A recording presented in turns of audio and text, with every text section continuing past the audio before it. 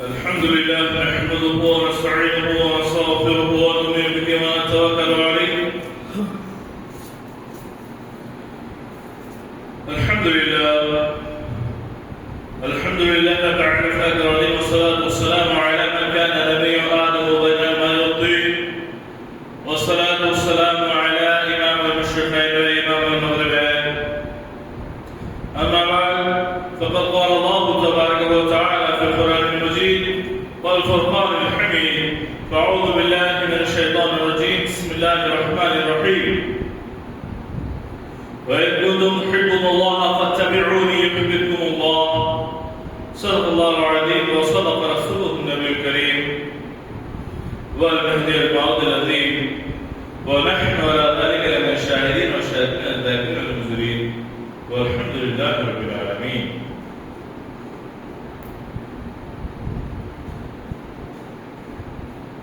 حاضرین محترم سامعین کرام، رب ذوالجلال اپنے کلام بلاغت نظام میں ارشاد فرماتا ہے: وَإِن كُنتُمْ تُحِبُّونَ اللَّهَ فَاتَّبِعُونِي يُحْبِبْكُمُ اللَّهُ. اور اے محبوب، اگر تم میں سے کوئی یہ چاہتا ہے کہ وہ اللہ تبارک و تعالیٰ سے محبت کرے تو اسے چاہیے کہ وہ میرے محبوب کی کامل اتباع کرے. رب ذوالجلال اس سے خود محبت فرمائے. حاضرین محترم سامعین کرام،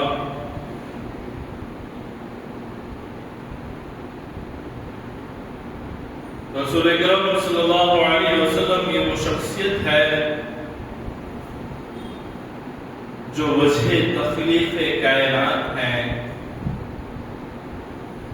نبی معظم شافع محشر رحمت للعالمین کو رب ذوالجلال نے اس دنیا میں اس لیے پیدا فرمایا. پیدا کرنے کا مقصد خاص یہ بھی تھا کہ رسول اکرم صلی اللہ علیہ وسلم کو اس دنیا میں پیدا کرنے کا مقصد یہی تھا کہ رب ذوالجلال اپنے وجود کو پہچانا جائے. جب رب ذوالجلال نے اس بات کا ارادہ کیا کہ لوگ مجھے جانے، لوگ مجھے پہچانے، تب رب ذوالجلال نے اس کائنات کو تخلیق کرنے کا ارادہ کیا. اور کائنات کو تخلیق کرنے سے پہلے سب سے پہلے نبی معظم شافع محشر کے نور کو رب ذوالجلال نے پیدا کیا. حاضرین محترم، آج روزمرہ کی جو زندگی کی گزر بسر ہے، اس روزمرہ کی زندگی کے گزر بسر میں آپ اگر دیکھیں تو آپ کو یہ معلوم ہوگا کہ انسان کس طریقے کی زندگی گزار رہا ہے. حاضرین محترم، ہر چیز میں ہر کسی کا مفاد نظر آ رہا ہے، لیکن ایک محبت ایک ایسی چیز ہے جو اس بات کا تقاضا کرتی ہے کہ سامنے والا آپ سے محبت کرے یا نہ کرے، آپ کو اس کے فرائض کو سر انجام دینا ہے. اور حاضرین محترم، محبت کی کس سے جاتی ہے، محبت کس سے کی جاتی ہے؟ اگر آپ اس بات کو دیکھیں تو آپ کو اس کی کئی دلیلیں دیکھنے کو ملے گی. اس کی ایک دلیل یہ ہے کہ انسان کسی سے محبت کیوں کرتا ہے. آج کا انسان کسی سے محبت اس وجہ سے کرتا ہے، کسی کو مسکرا کر اس وجہ سے دیکھتا ہے تاکہ اسے دیکھ کر اسے اس بات کا خیال پیدا ہوتا ہے کہ زندگی کے نہ جانے کسی مرحلے میں مجھے اس سے اگر کام پڑ گیا تو پھر کیا ہوگا.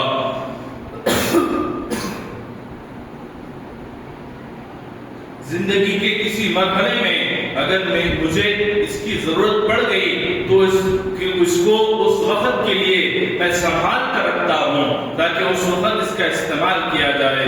حاضرین محترم، اگر دلیل یہی ہے کہ کسی کو اس وجہ سے محبت کرنا ہے کہ تاکہ وہ بعد کے وقت میں آپ کو کام آئے، تو پھر محبت کی سب سے بڑی دلیل یہی ہے کہ تمہیں محبت کرنی چاہیے تو پھر وہ رسول اکرم نبی معظم سے محبت کرنی چاہیے، کیونکہ رسول اکرم صلی اللہ علیہ وسلم وجہ تخلیق کائنات ہے. انسان خطاؤں کا پتلا ہے، لیکن وہ اپنی خطاؤں میں اتنا ڈوب چکا ہے کہ کل قیامت کے دن اسے کوئی بچانے والا نہ ہوگا. تو پھر اس وقت رسول اکرم صلی اللہ علیہ وسلم وجود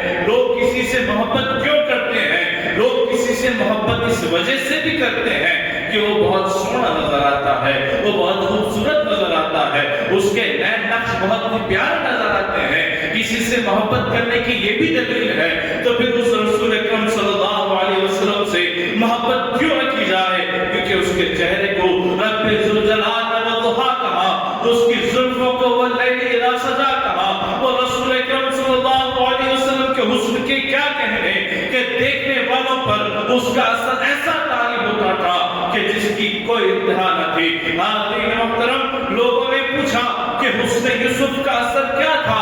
لوگ یہ کہنے لگے، تاریخ میں رسول اکرم صلی اللہ علیہ وسلم کے حسن پر کئی اشعار لکھے گئے، لیکن اس میں سے ایک شعر یہ بھی ہے، حسن یوسف پہ کٹی مصر میں انگشت زنا، سر کٹاتے ہیں تیرے نام پر مردان عرب۔ وہ تو حسن یوسف کا حال تھا کہ حسن یوسف کو دیکھ کر عرب کی خواتین نے اپنی انگلیوں کو کاٹ دیا تھا، لیکن رسول اکرم صلی اللہ علیہ وسلم کے حسن کا حال یہ تھا کہ رسول اکرم صلی اللہ علیہ وسلم کے حسن پر لوگ اپنی گردنیں تک کٹا رہے ہیں، لیکن انہیں اس بات کا فرق نہیں پڑتا۔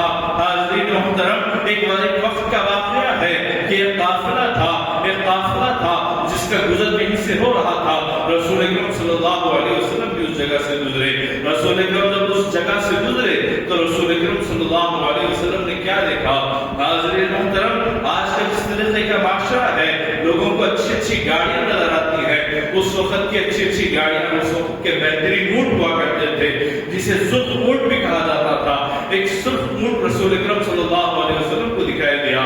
رسول اکرم نے اس اونٹ کو پسند کر لیا اور اس کی چاہ دل میں بیٹھ گئی، لیکن آپ سفر کے ارادے سے تو نکلے تھے، لیکن خرید و فروخت کے ارادے سے نہیں نکلے تھے، لہذا جیب میں اتنی قیمت نہیں تھی کہ آپ اس کو خرید سکیں، لیکن رسول اکرم صلی اللہ علیہ وسلم نے اس اونٹ کو خریدنے کا فیصلہ کر لیا۔ لہذا رسول اکرم صلی اللہ علیہ وسلم اس کے پاس جاتے ہیں، جا کر کہتے ہیں کہ مجھے یہ اونٹ پسند آ گیا ہے، کیا تم بیچنے والے ہو؟ کہا کہ بے شک ہم بیچنے والے ہیں، لیکن جب بیچنے والے ہیں تو پھر جیسے رسول اکرم صلی اللہ علیہ وسلم کی باتیں انہوں نے سنی، وہ ان رسول اکرم صلی اللہ علیہ وسلم کی گفتار پر اس قسم سے مائل ہوئے کہ انہیں کچھ پاس کا پتہ تک نہ تھا۔ رسول اکرم صلی اللہ علیہ وسلم نے اس اونٹ کو خریدنے کا وعدہ کر لیا اور یہ بھی وعدہ کیا کہ میرا دام قریب نہیں ہے، میں بعد میں آ کر آپ کو پیسے دے دوں گا۔ لہذا رسول اکرم وہاں سے چلے گئے۔ وہاں سے جانے کے بعد جب رسول اکرم کا چہرہ ان لوگوں کی آنکھوں سے اوجھل ہوا تو پھر ان لوگوں کو اس بات کا پتہ ہوا کہ ہم نے تو بغیر ضمانت کے اس کو اپنا اونٹ دے دیا ہے، اب یہ چلا گیا، اب یہ خبردار آئے گا یا نہیں آئے گا، اس کے آنے کا پتہ تو نہیں ہے، اگر یہ نہیں آیا تو کیا ہوگا؟ حاضرین محترم، جس طریقے سے وہ یہ لوگ گفتگو کر رہے تھے، جب یہ لوگ گفتگو کر رہے تھے، اس قبیلے کی خاتون اول سامنے آتی ہے اور کہتی ہے کہ خبردار کوئی شخص کے بارے میں اگر کچھ برا بھلا کہے گا، یہ وہ شخص ہے کہ جس کی آنکھ میں سچائی نظر آتی ہے۔ میں اسے جانتی تو نہیں ہوں، لیکن اس کی آنکھوں میں سچائی نظر آتی ہے۔ جس قسم سے یہ زبان سے گفتار کر رہا تھا، میں اس کی قائل ہو گئی ہوں، لیکن اگر یہ تمہیں اپنے پیسوں کا موازنہ نہ کرے، اگر اپنے پیسے تمہیں ادا نہ کرے، تو پھر تم اس کے بدلے مجھ سے جو کچھ وصول کرنا ہے تم مجھ سے وصول کر سکتے ہو۔ اتنے میں رسول اکرم صلی اللہ علیہ وسلم کے صحابہ آئے۔ صحابہ آنے کے بعد رسول اکرم صلی اللہ علیہ وسلم کے صحابہ نے کہا کہ یہ تمہارے ٹھہرنے کا سامان ہے، یہ ساز و سامان ہے، یہ ساز و سامان لے کر تم یہاں پر ٹھہر سکتے ہو، آرام اور استراحت پا سکتے ہو۔ اب رہی بات تمہاری قیمت کی، آپ کی قیمت یہ ہے، یہ اس کی قیمت ہے۔ اس طریقے سے جس طریقے سے رسول کے صحابہ گفتگو فرما رہے تھے، وہ عورت اس بات پر اور قائل ہوئی، اور قائل ہونے کے بعد کہا کہ تم مجھے یہ 4 دینار کی قیمت کیا تم مجھے دے رہے ہو؟ مجھے اس کونین کے والی کا پتہ بتلاؤ، لہذا میں اس کے ہاتھ پر تصدیق اسلام کرنا چاہتی ہوں۔ حاضرین محترم، یہ رسول اکرم صلی اللہ علیہ وسلم کا حسن تھا، یہ رسول اکرم صلی اللہ علیہ وسلم کی سچائی تھی جو ہمیں بتلاتی ہے کہ تم اگر مجھ سے محبت کا دعویٰ کرتے ہو تو تمہارے دعوے میں اتنی سچائی ہونی چاہیے کہ آپ کی آنکھوں سے محبت رسول نظر آئے، آپ کے جسم سے محبت رسول نظر محبت رسول نظر آئے. اگر آپ دکان پر بیٹھے ہوئے ہیں تو کوئی دیکھ کر آپ پر اس بارے میں شک نہ کرے کہ یہ میرا مال کھا جائے گا.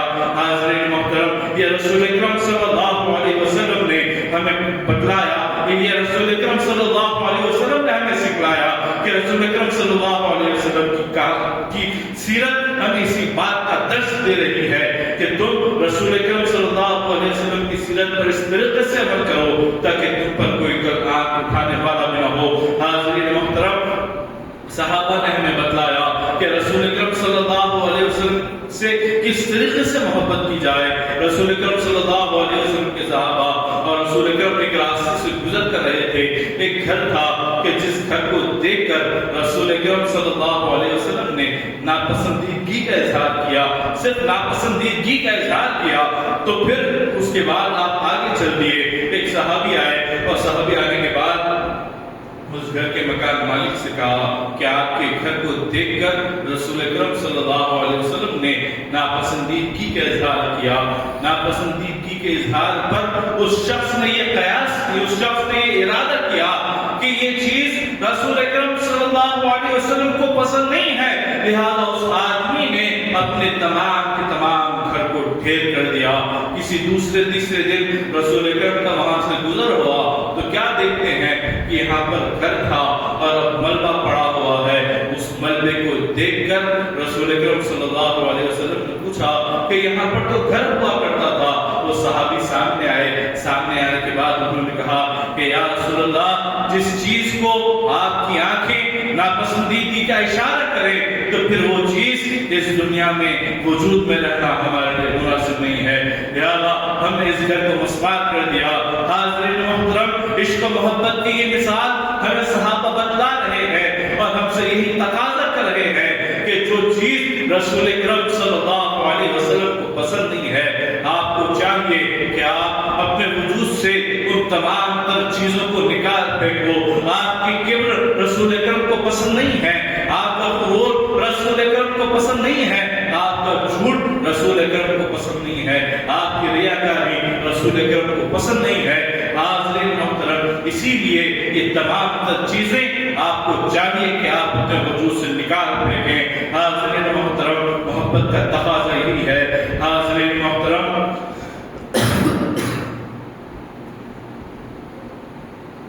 رسول اکرم صلی اللہ علیہ وسلم پر جب رسول اکرم صلی اللہ علیہ وسلم سے محبت کی جائے تو رسول اکرم صلی اللہ علیہ وسلم سے اس طریقے کی محبت کی جائے. رسول اکرم صلی اللہ علیہ وسلم سے اس طریقے سے محبت کی جائے جس طریقے سے صحابہ کرام محبت کرتے تھے.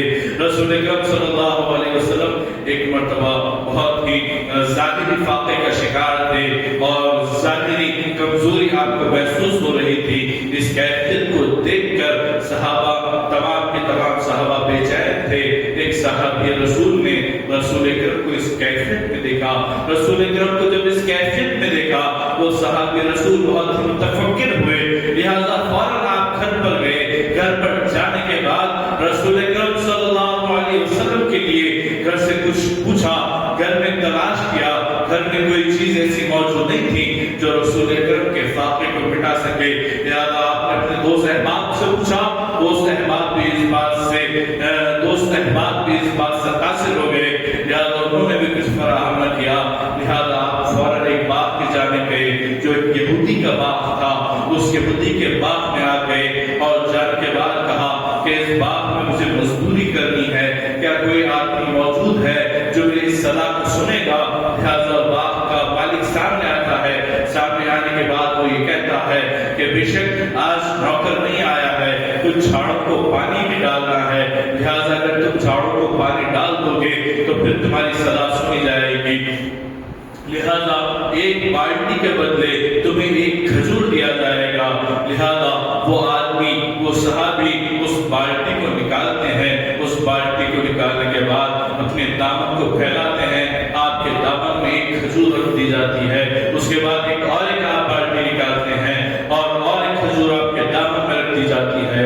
حاضرین محترم، اسی طریقے پر، اسی کیفیت پر وہ صحابی تمام کا تمام اپنا دامن بھر لیتے ہیں اور اس حد تک بھرتے ہیں کہ آپ کے دامن سے کھجوریں گرنے تک آ رہی تھی۔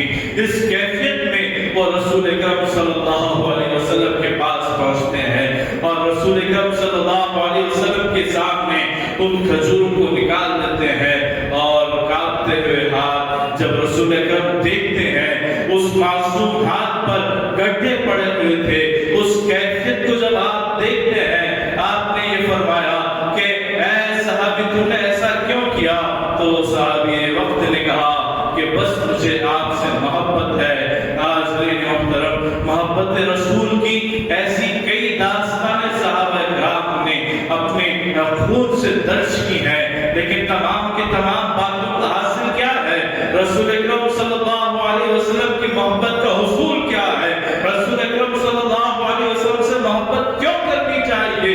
رسول اکرم صلی اللہ علیہ وسلم سے محبت اس وجہ سے کرنی چاہیے کیونکہ رسول اکرم صلی اللہ علیہ وسلم سے محبت ہمارے دین کا حصہ ہے۔ کیا فرماتے ہیں؟